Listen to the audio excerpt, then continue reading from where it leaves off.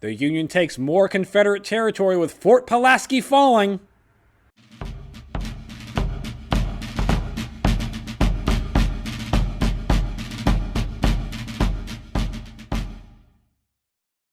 Hello and welcome to Civil War in Hindsight. I'm Lieutenant Tommy. With me, as always, is Prospector Johnny. And this war is going to be over like any time now. It is just Union.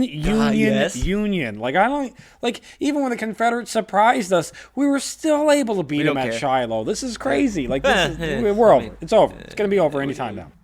We beat it. We just didn't do anything about it, but that's fine. Yeah. Well, yeah. And I mean, good God, morale is already low in the South. They can't keep taking losses like they. No. Anytime. The entire and they instituted conscription. Yeah. Yep.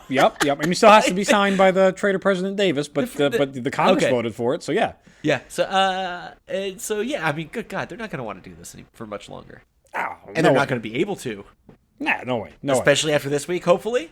Hopefully. Well, we'll see, Johnny. Out in Savannah, Georgia, or near Savannah, Georgia, on the 11th of April, federal guns from Tybee Island bombard Fort Pulaski again for the second day. These are the rifled guns with those impact, boomy, blowing up the fort pieces. This is, like I said, continued action from last week. After 5,000 rounds are fired at the fort over the siege, Confederate Colonel Charles... 5,000 rounds. 5,000. Of the... boom ones, or the 5,000 rounds total that the Union fired at the Confederates. Confederate not all Colonel, of them were the boom cannons, though. Not all the new boom ones. No. But 5,000. That's still a lot. A lot. A lot of bullets. Confederate Colonel Charles H. Olmsted has to make the decision by the afternoon to surrender the fort. Like, I cannot sustain this because the fort is literally, Johnny, in pieces. Like, it is rubble at this point. Jesus.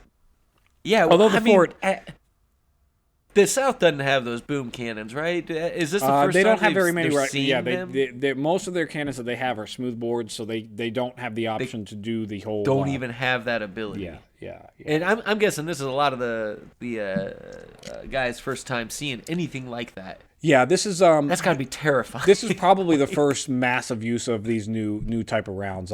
General Ripley of the Ordnance Department, that's his first big action was to make sure that the Union had rifled cannons. He wanted to standardize on rifled guns, rifle artillery with specific caliber designation, so that all the ammunition was universal as much as possible. So that's a heady play. Is that your boss? That's my boss. That I can't speak bad about him because that actually is he is El Capitan or El General. I mean, there's nothing bad to talk about him. He gave us these boom cannons that are going to destroy the South. So. He did give us these new boom cannons. We don't. I guess not destroy. Take back. Take back. Yeah, we don't want to destroy them. We want something to be. We want it back. But although the fort is actually in ruins, only one Confederate soldier is going to die to a handful of wounded, while only one Union casualty exists on our side. So once again, lots of noise, but not much else. But they you know what? surrendered. I'm okay with that. They surrendered. So who cares? That's what you want. That's the dream. Minimal casualties. Take it back. Take it back. Remember, these are our fellow countrymen. Yes, we got. These are not. Yep. A horrible enemy. I mean, at this point, they're an enemy, yes, but we want them back. If we didn't want them back, we'd just let them go. Yeah, fair point. This effectively cuts Charleston off from the outside world, strengthening the Union blockade.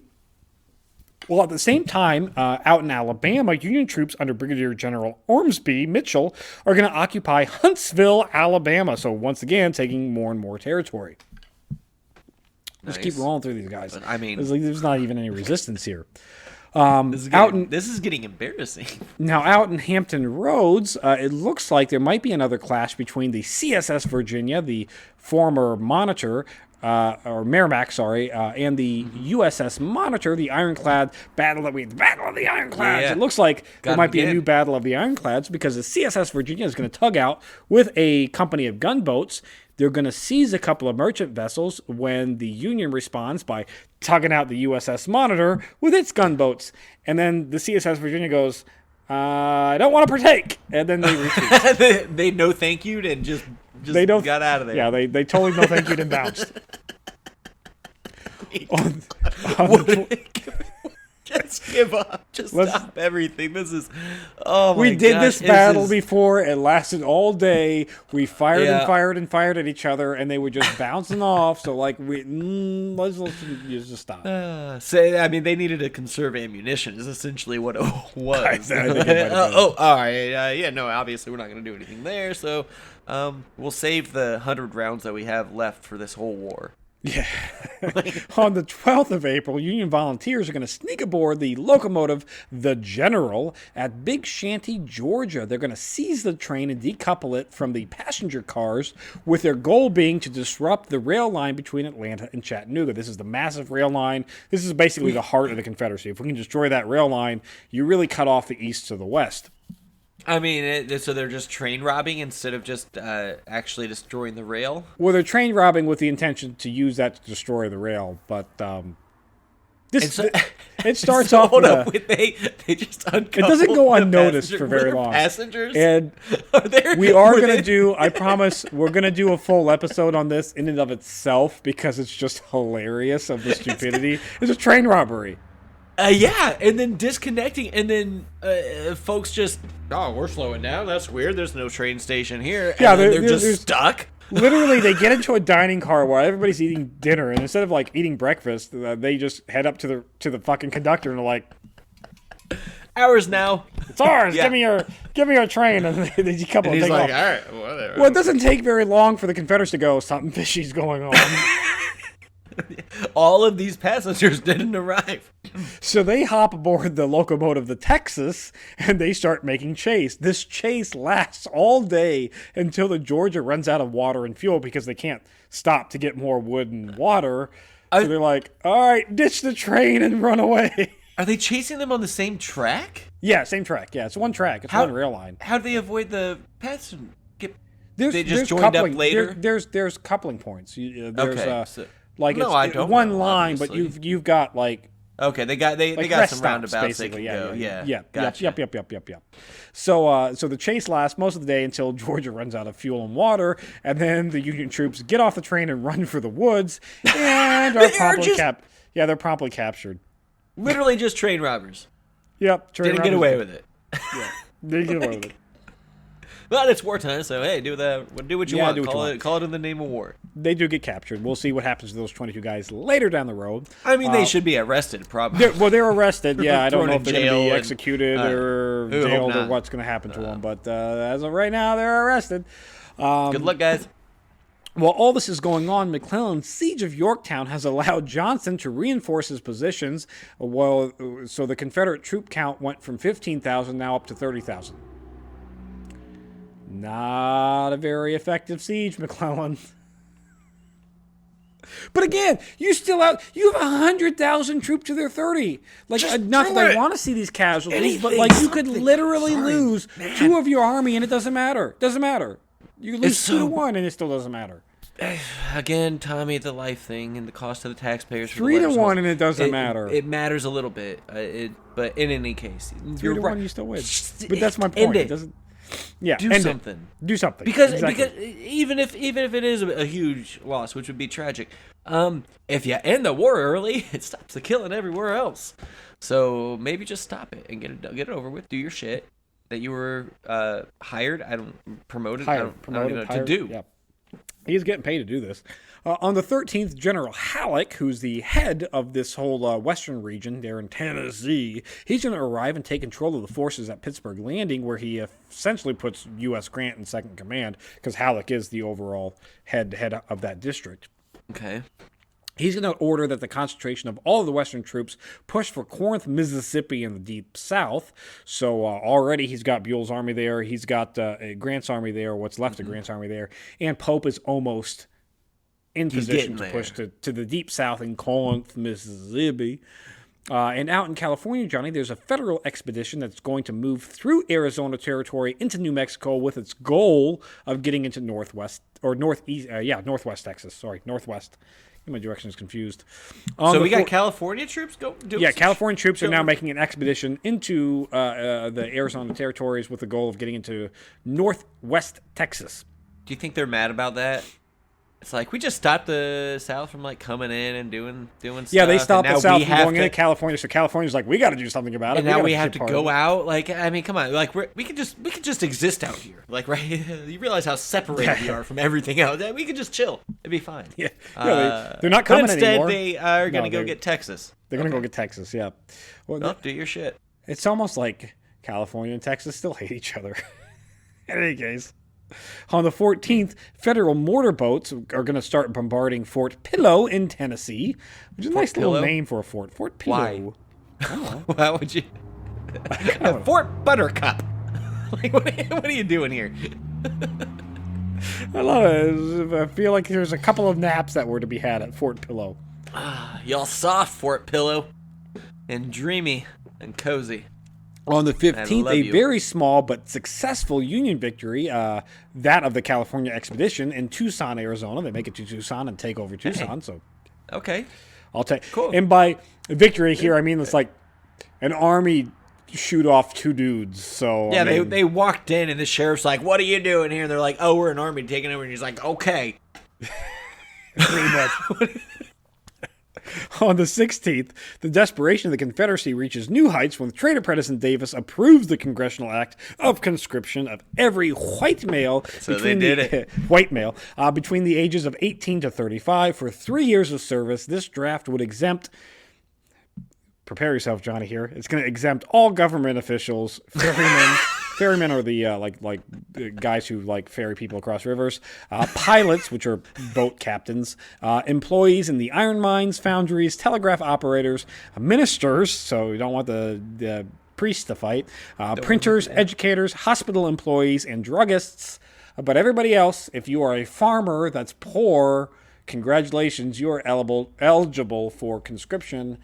I mean, this has to be the most. Like, this had to have been we're going to see a boom in, like, the South reading and learning to do things. Like, it's going to be insane. They're going to be like, I need to get a job. I am a need teacher to now. Use that.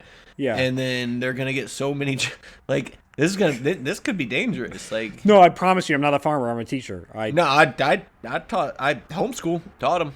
Teacher, not going. I wonder if that does count, actually.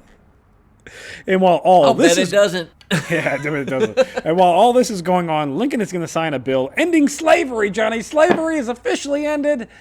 Well, at least in Washington D.C. That's it. Just watch this. Just Columbia. He's going to sign that bill. Congress approved last week that or a couple weeks ago that no more slavery in D.C. And probably should have. Lincoln's going to sign. He's going to sign that bill. It says no more slavery in D.C. Cool. We're getting there. I mean, step it up. Baby steps, Johnny. what do we We're the last. It's not even baby steps, Tommy. We're the last industrialized, nation to have slavery, and we're literally fighting a war over it right now as we speak. Embarrassing. Cool. Anyways, yeah. We're there. This week is going to come to an end with Confederates in New Orleans writing Traitor President Davis asking for assistance, as it has become very, very clear that the Union has mounted large fleets in position just outside of Louisiana in what is clearly a push to take the city of New Orleans. Can we pretty please have some reinforcements so that we don't, get taken over? Something. All hope for New Orleans lays in two forts, that being a Fort Jackson and St. Pillow, just south of the city of New Orleans itself, which we already know that Pillow has been bombarded a little bit already. So, compromised, if you will. We're going to have to wait till next week to see the results of this imminent invasion and if the Union forces actually are able to take the fort. But if we take New Orleans, though, for real talk, it would take you to New Orleans. If we can get that, that's gotta be with everything else that we've been doing. That would end any sort of shipments, right, coming up through the river that we've not already been able to stop. It isolates the western part of the South. So the goal of the Anaconda Plan, is General Scott, old archaic dinosaur General Scott, who retired, although I wish he really wouldn't have, because he's definitely better than McClellan. Everybody is. We took Nashville, which is the major industrialized zone of the South. We got it. So it's ours. That's good. And if we take Nolens, now granted, we don't have complete control of the Mississippi, but other than Vicksburg, we pretty much do have control of the Mississippi.